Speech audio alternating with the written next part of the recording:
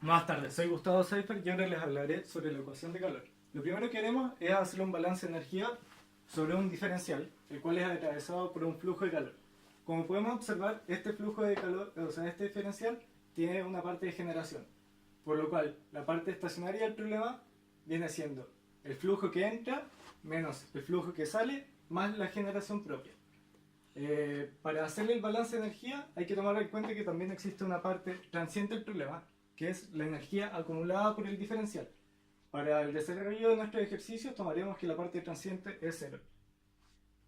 En los mecanismos de transferencia de calor existe la conducción, convección y radiación. Nosotros nos centraremos en los dos primeros, siendo la conducción definida por la conductividad térmica, la área transversal, el delta de temperatura y el largo del diferencial.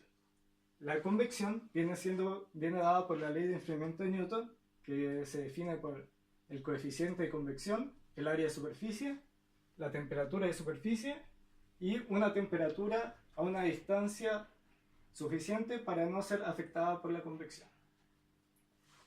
La ecuación de calor en la conducción, si es que existe generación, va a quedar de esta manera.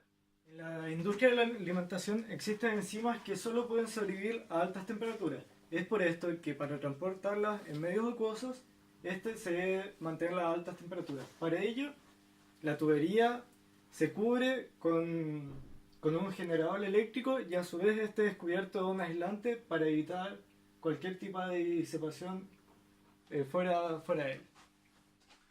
Para su análisis, lo primero que tomaremos en cuenta es hacer el supuesto de que es un aislante perfecto.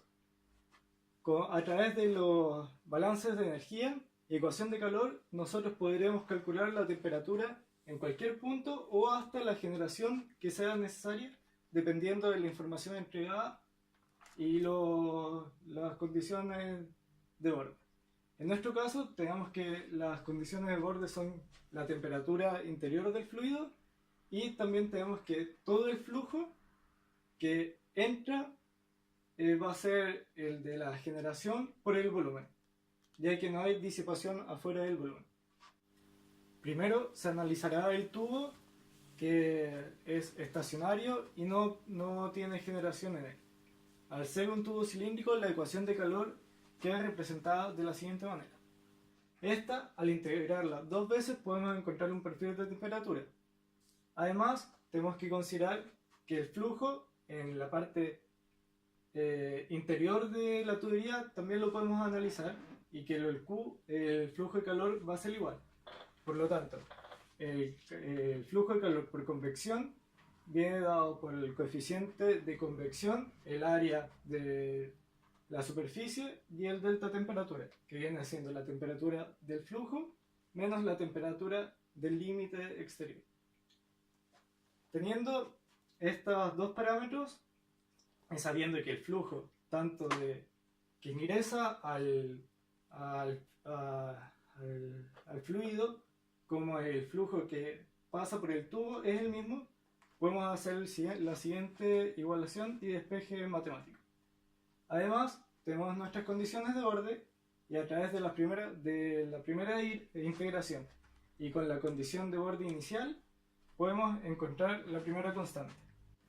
Habiendo calculado la primera constante, ya solo queda igualar el flujo de convección y conducción en el diámetro interior del tubo, para así poder encontrar la segunda constante. Cabe destacar que para el cálculo de la segunda constante se usó la primera integral del balance de energía, donde nos dice que la derivada de tan de r va a ser igual a la primera constante dividida en el radio interior del tubo. Teniendo la segunda constante ya conocemos el perfil de temperatura completo. Este problema en